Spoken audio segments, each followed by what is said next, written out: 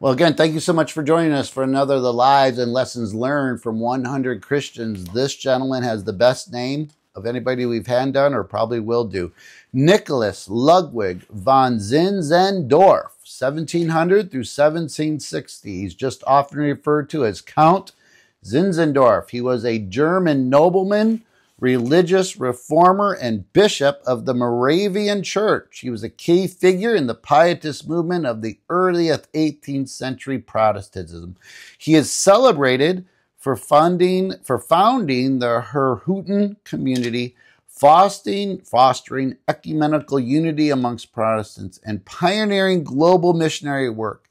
Influenced by personal encounters with Christ and deep emphasis on heartfelt faith over rigid dogma, Zinzendorf's life transformed persecuted Moravian exiles into a vibrant, mission-driven movement that influenced figures like John Wesley in the broader evangelical world. He was born May 26, 1700, in Dresden, Saxony, which is modern-day Germany. Zinzendorf was the only son of a prominent Saxon statesman, Count George Ludwig von Zinzendorf, who died shortly after his birth. He was raised by his devout grandmother, Henrietta Katrina von Gersdorf.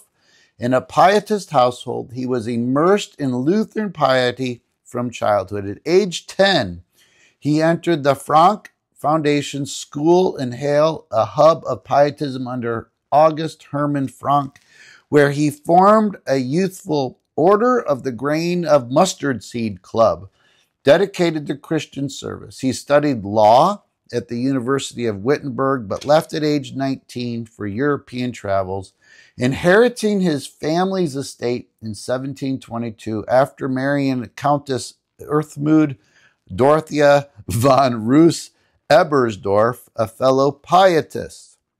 In 1722, von Zinzendorf allowed Moravian brethren, Protestant exiles fleeing from the persecution in Moravia, which is the modern-day Czech Republic, and rooted in the 15th century Hussite tradition, to settle at his estate. By 1727, after his release from Saxon court service, he focused fully on this group, renaming the village Herrnhut, the Lord's Watch. Amid internal conflicts, Zinzendorf led Bible studies and prayers, culminating in August 13th, 1727, which was a Better Bonum, which was a Pentecost event, a profound spiritual awakening where divisions dissolved in communal worship. This birthed the renewed Moravian Church, with Zinzendorf as its leader and bishop. He emphasized missions as the church's core, sending out over 200 missionaries by 1760 to places like the Caribbean, to enslaved Africans on St. Thomas, 1732, Greenland, Africa, India, and North America, establishing settlements like Bethlehem, Pennsylvania in 1741. He opposed slavery and supported outreach to the marginalized. His ecumenical vision sought Protestant unity, but it drew opposition. He was exiled from Saxony in 1732 for sectarianism and faced bans in other regions. Traveling extensively, visiting Pennsylvania, 1741 through 1742, and Denmark, he wrote prolifically, including 2,000 hymns like Jesus, Thy Blood and Righteousness.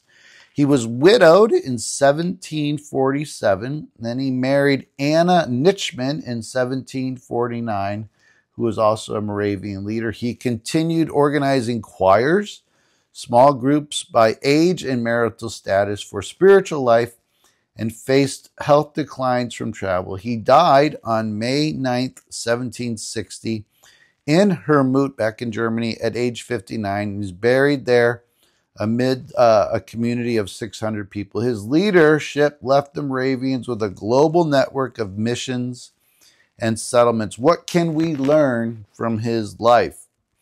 Prioritize heartfelt faith over formalism. Influenced by pietism, which is holy living, Zinzendorf stressed personal an emotional devotion to Christ, evident in his youthful vow after seeing a painting of the crucified Savior. This I have done for you, what will you do for me? His life teaches that true spirituality arises from intimate encounters with Jesus, not mere doctrine or ritual. Important. Encouraging believers to cultivate passion in our daily lives. To embrace mission as a lifestyle. Zinzendorf launched the first worldwide Protestant mission, sending ordinary people, potters and bakers, etc., to unreached people, often at personal risk. This underscores that evangelism is not optional, but the church's heartbeat, inspiring modern Christians to step beyond comfort zones for global outreach. Use resources for kingdom impact. Born into wealth and power, he leveraged that and influenced the sheltered or refugees and to fund missions, rejecting worldly status or for service. His example shows that privilege is a stewardship opportunity, urging generosity and risk-taking for eternal purposes. Persevere through exile and opposition, facing bans, travels, and criticism for his enthusiasm. Zinzendorf remained resilient, trusting in God's providence. His story highlights endurance in trials, reminding us that setbacks, again, can refine and expand our ministry. The things we think are negative can actually be a positive. To value community and structured spiritual life. Through his choirs that he put together and daily liturgies, Zinzendorf built supportive groups for holistic health. This teaches the importance of intentional relationship and the disciplines in sustaining faith, countering individualism and accountability, and with accountable fellowship. Yield to Christ for lasting legacy. Zinzendorf's total surrender.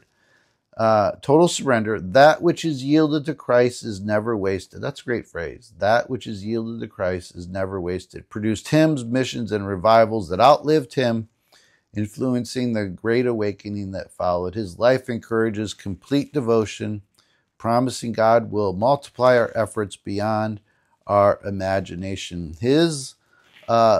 He lived during the Enlightenment's rationalism and post-Reformation Protestant fragmentation, where pietism reached against cold orthodoxy by emphasizing renewal. As a nobleman, bridging aristocracy and the oppressed, he advised social reform, again, anti-slavery advocacy, and the Moravian Church. The Moravian Church he renewed now spans over 1 million members worldwide, with missions in over 60 countries.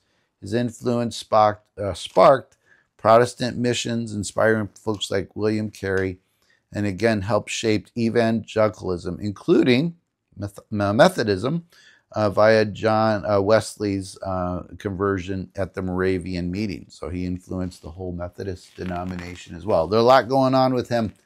One story I have to share. Sorry we're going long on this one. Moravian missionaries under the influence of Zinzendorf actually sold themselves into slavery so they could go to the Caribbean to witness to other slaves. Can you imagine that? You want to minister to people so badly, they're slaves, you sell yourself into slavery so you can minister to other fellow slaves. That's crazy. All right, take care. God bless. Bye.